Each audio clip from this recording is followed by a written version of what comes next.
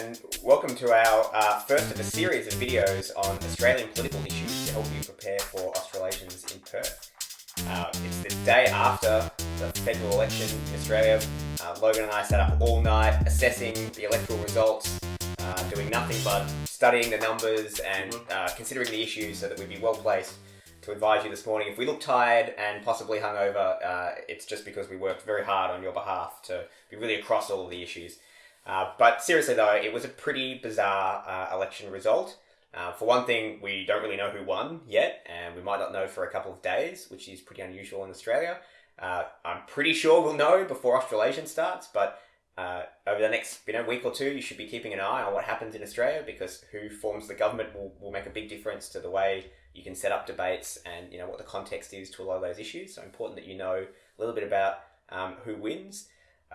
Also, we're going to be talking about all sorts of strange issues now that I don't think anyone was expecting us to be talking about a couple of weeks ago, because of the composition of the Senate, which is the upper house in Australia. A lot of very small, in some cases very strange parties have been elected, some of whom have views like that Islam is not a religion and that halal snack packs are bad. Who knew? So all of these things are going to be discussed.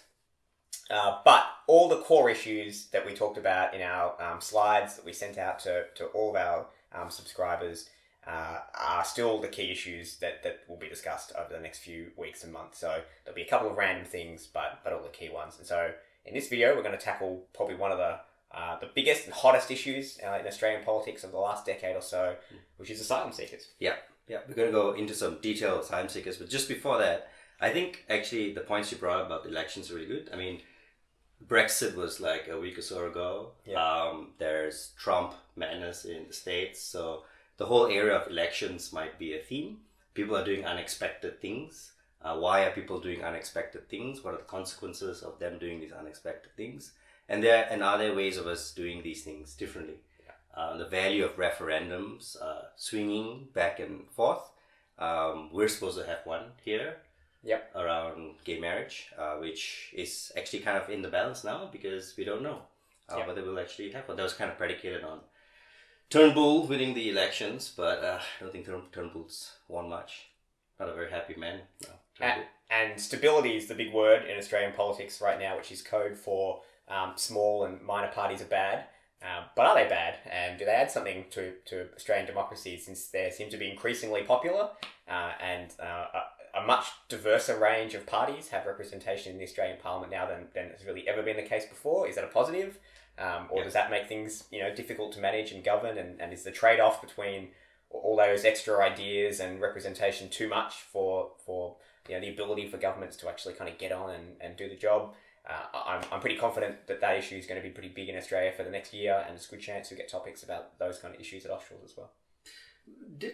Is there a debate around moving to a proportional representation in Australia? So we have proportional representation in the upper house, but we don't have it in the lower house, and that's why you see in the upper house all this kind of big and small, weird and wonderful parties kind of getting elected.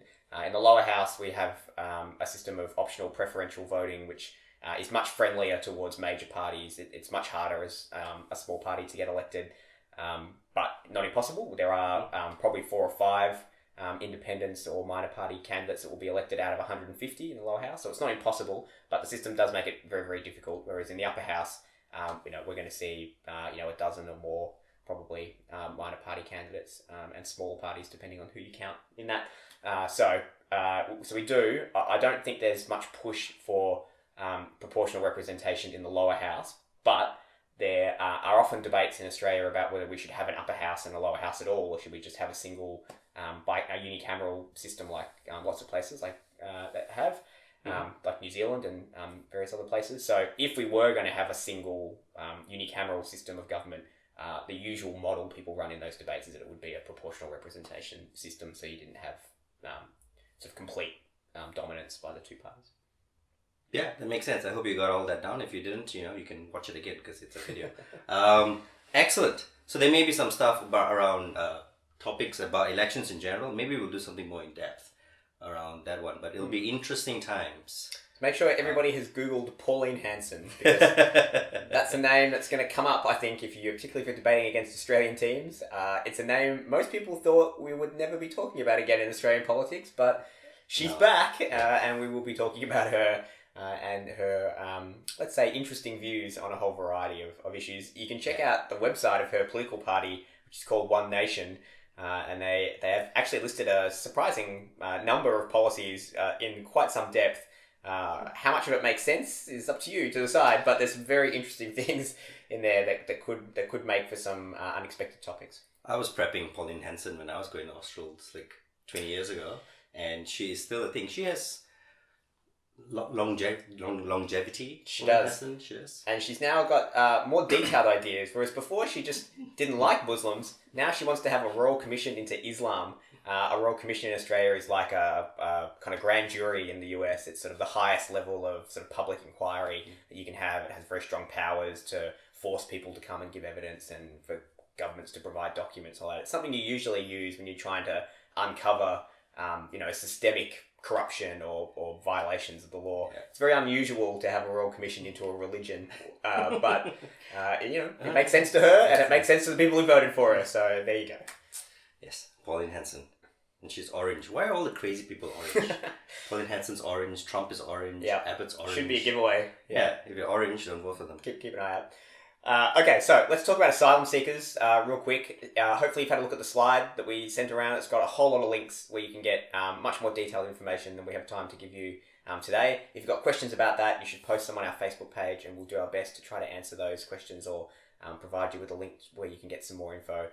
But really quickly, let's just do an overview about how this issue works in Australia, and most importantly, of course, what are the kind of topics and the kind of arguments you might make at Australs or in tournaments in the future. So, quick overview of the issue. Asylum Seekers has been pretty much the hottest, or one of the hottest issues in Australian politics since the late 1990s, when there was what's referred to often as the Tampa crisis, which is when a ship that was called the Tampa came that had a number of asylums that had picked up asylum seekers who were on a boat that had sank, and the Tampa was a cargo ship, and the captain stopped and picked up all these people, and the nearest place to bring those people was Australia, and so he was bringing the boat to Australia, and the Australian government said no dice, and you should turn that boat around and take it somewhere else.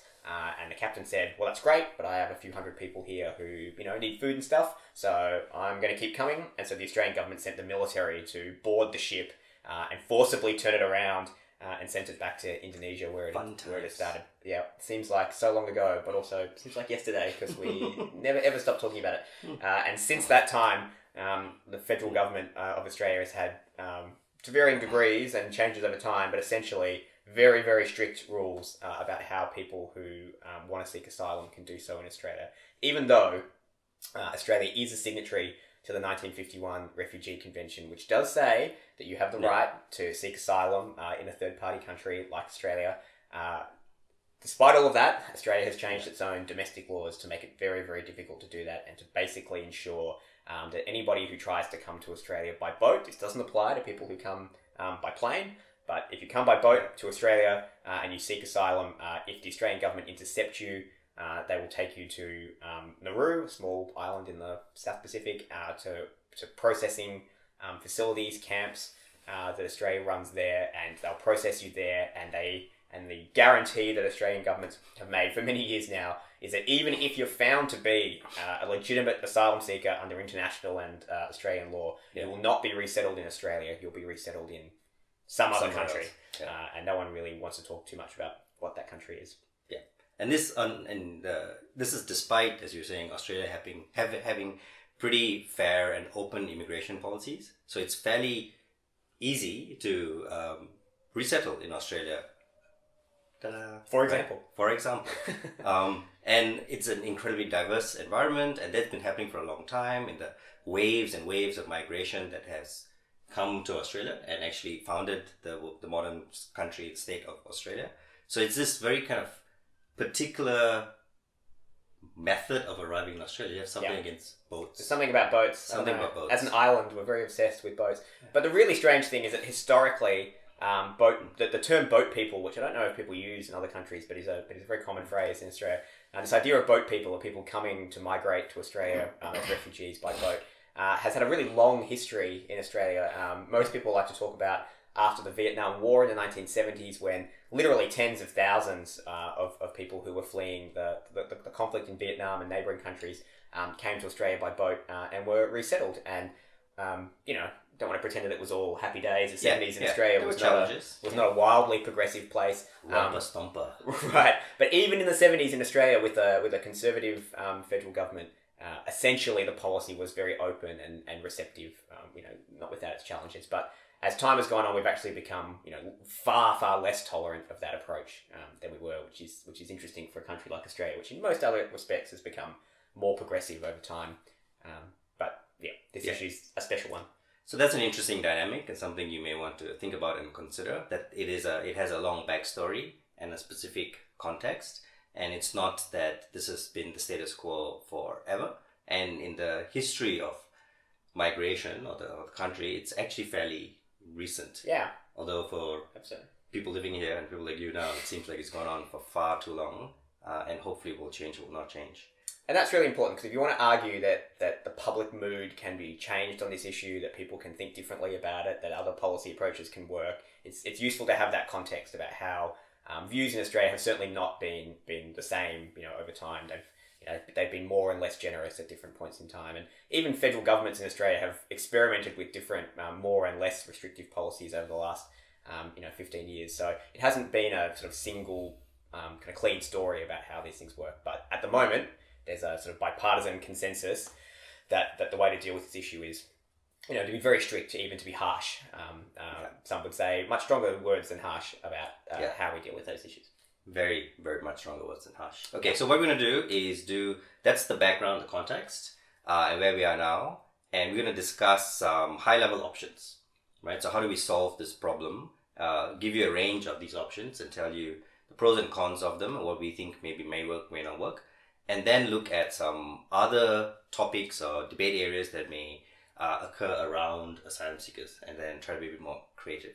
So lay out the big options. So the status quo has really got three key parts, as we were just saying before. The first is that any boats that try to come to Australia with asylum seekers and refugees on them will be stopped and will be turned around and if necessary, physically towed back to the port where they came, which is usually ports in Indonesia, because that's the closest ports in a foreign country to Australia. So step number one in the status quo is turn back boats and tow people back if necessary to their port of origin. Step number two is people who are picked up by Australian authorities because their boat has sank or they've managed to land at one of the small islands around Australia, and so towing the boat back is no longer an option. Those people are taken to a detention facility in Nauru and processed there, not on the Australian mainland. And offshore processing. Offshore processing is step number two, not subject to the normal Australian law. And then step number three is anyone who's found to be an asylum seeker through that offshore processing is not resettled in Australia. They're resettled in a variety of other third countries around the Southeast Asian region and around the world, indeed. And I guess the maybe the fourth part of that, it's not really an official part of the model, but the fourth part is that there is a process for refugees to be settled in Australia if they come through the UNHCR system, the international system, where there are camps kind of around the world, usually in countries neighbouring, conflict countries. So, the world's largest refugee camps are in places like Pakistan because of the conflict in Afghanistan. Even Iran, has very large refugee camps. There are some very big ones in Africa as well. So if people are in those camps and they apply through the UN and they're found to be asylum seekers, then countries that are signatories to the International Convention agree to take a certain number of those, and Australia takes some, tens of thousands of refugees through that process. Or if you come by plane and you manage to get a visa and you arrive in Australia, and then having arrived at the airport, you claim asylum, then you'll be processed in Australia, and if you're found to be a refugee, then you get to stay under a protection visa. So that's the status quo. So in terms of alternative models, they're really alternative ways of dealing with each of those three key points. So I guess the first key thing is whether or not people are prepared to continue with the kind of towbacks approach, or when we see a boat coming, do we go and pick those people up and kind of look after them, or do we send the very strong message that if your boat is still seaworthy, you'll be turned back. And the danger, of course, with that is that when people know, when people smugglers know that their boats will be intercepted and turned around, they have an incentive to kind of sink the boats or scuttle the boats before Australian authorities can get to them, which clearly is a pretty big risk for the people on those boats. So do we take the kind of humanitarian approach of saying, if we find you, we'll pick you up and we'll look after you, which removes that incentive, or do we say, no, that'll just encourage lots of boats to come, and we don't want that because the boats themselves are dangerous and unseaworthy, so we'll tow them back to port to try to send the message that there's no point coming. So how do you feel about towbacks? That's one of the key issues. Probably the biggest part of the debate in Australia is about offshore detention and processing. And there are two alternative ways to deal with that issue other than the approach that's in Nauru. There's what they call regional processing and regional resettlement, and the previous Australian government tried this in Malaysia, as well as a few other places, but it seemed to get off the ground in Malaysia for a while until the High Court decided that it wasn't constitutional. So the idea would be that you would set up a safe place, somewhere in a country close to Australia, like Malaysia, and refugees could come, or asylum seekers could come openly to that place and say, we want to apply to come and resettle in Australia, and therefore there'd be no need for the kind of criminal gangs and the underground and the black market stuff. People could just openly kind of do that and be processed, and if they're found to be asylum seekers, they'd then be resettled in Australia. And that's an attempt to kind of deal with the criminal gang side of things. The other approach that's proposed by some groups is onshore processing, so people being processed in Australia under Australian law. And again, there's kind of two ways to do that. There's what we used to do in Australia before we had offshore processing, which is where we had detention centres in Australia. Woomera is the most famous one, where there were lots of protests and people chained themselves to fences and all sorts of fun stuff. Or I guess the most kind of progressive version of the argument is that we should have in-community processing. So people would be held, very briefly for a matter of days when they first arrive, so that the government can check that they don't have, some terrible disease, or they're not known to be the world's greatest terrorist or whatever. And as long as you don't have any evidence that they're a risk inherently to the community, then you let them out into the community while you're processing them. And usually you would have some group take responsibility for them, maybe a religious group, a church or a mosque, or a community group of that diaspora. So you might have the Afghan community group take responsibility for people who claim to be Afghans seeking asylum, or whatever it might be. Given the context now, back when we didn't have offshore processing, onshore processing, like Woomera seemed pretty horrible. Yeah. But I think there is an argument to be made that it's still better than the offshore processing because there's more oversight. People like here, there were journalists who had access to these things. You could see and you could communicate. People had attention lawyers. When they put in Nauru, there's just another layer in which you have to go to get there, and you just don't know what's going on over there. So that may be, given that now we have something worse to compare to, onshore processing could actually be a more palatable option. There's a big fear, or there's a big concern that Nauru is a very poor country. Australia pays a lot of money to the government of Nauru to host the detention centres there. So that there is a pretty strong argument to make that that's not a setup that's going to have the level of transparency that you want. There's a big imbalance of power there between the Australian government and the government of Nauru. But if the detention facilities are in Australia, at least you take that issue away, and the ability for there to be more checks and balances and more transparency with the media and elsewhere is certainly going to be improved, but maybe not very much. Do you think an in-community processing system could work? That still happens here. So if you do come in from the camps, or if you come in any way other than on a boat, that's basically what happens right now. It's also done in a lot of countries overseas. In Europe, we've seen on television the footage of thousands of migrants crossing from the Mediterranean. The vast majority of those people will be processed whilst living in the communities that they're in. So around the world, in-country in-country processing is the most common approach. But interestingly, in Europe now, because of the refugee crisis, you've got some countries and some political parties arguing that they should adopt the Australian-style approach of offshore or detention centre-based processing and not have the in-community debate. So there's trends globally kind of bouncing up and down this issue, but Certainly, it's not a fanciful idea. It's done in other countries. Whether it's appropriate in Australia and whether it would lead to incentives for large numbers of people to make, what can be a dangerous journey to Australia, and whether that's something that we can live with, ethically, is what you debate about. But it's not impossible. Good. And I think there's a couple of other so that's the major choices that you have. A couple of other minor issues we've kind of touched on. There's a big question about transparency. Should journalists and other organisations have access to refugees and asylum seekers wherever they are, whether they're in Nauru or Australia or anywhere else. Currently, the detention centres in Nauru are very, very secretive. It's basically impossible for journalists to kind of get inside there. Every now and then, there's a sort of investigative journalism thing where someone will try and interview anonymous people who work there or whatever, but it's all very secretive. It's all very hard to get information about.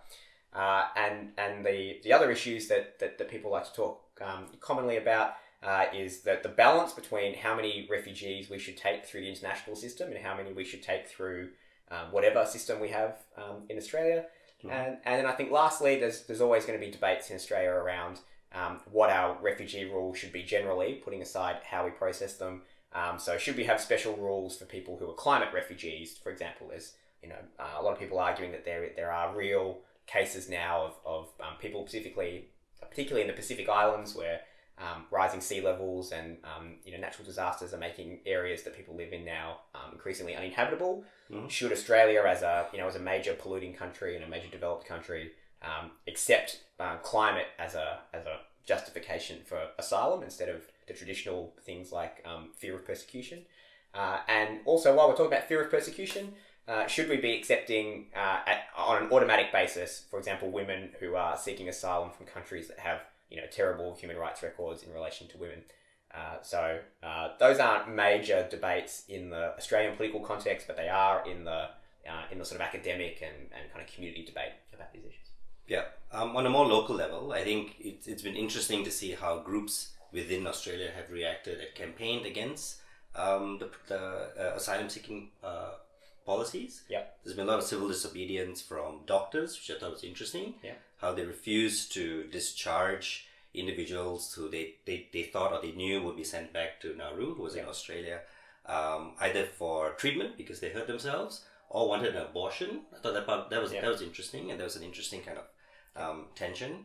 And the role of churches and other community organizations that have offered sanctuary or who've protested and blocked people from extracting these refugees and sending them back. Yeah. So it's interesting to see where these groups are going to go.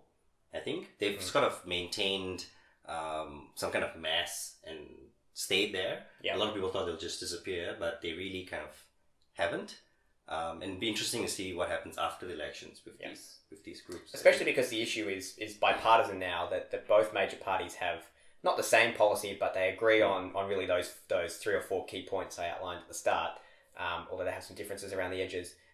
So what role is there for people who want to disagree with that policy? It's not so simple as just voting for somebody else, because the two major parties both have the same policy. So you need something more than just vote for a different party. Should it be civil disobedience? Should it be refusing to take government contracts? Should it be all sorts of things about the way you might do your job or interact with the government, or the way you might protest, and what extremes and what lengths you might be prepared to go to. So those are real issues as well. Yep. Yeah, fantastic. Anything else you want to cover, Pierre? Just don't underestimate how hot this topic is. Particularly if you're facing Australian teams, they have done this debate thousands and thousands and thousands of times in their lives. So I really do encourage people to do some reading. We've given you lots of great links that will give you a really good background in it. Don't be afraid of the issue. It's not as complicated as it sounds.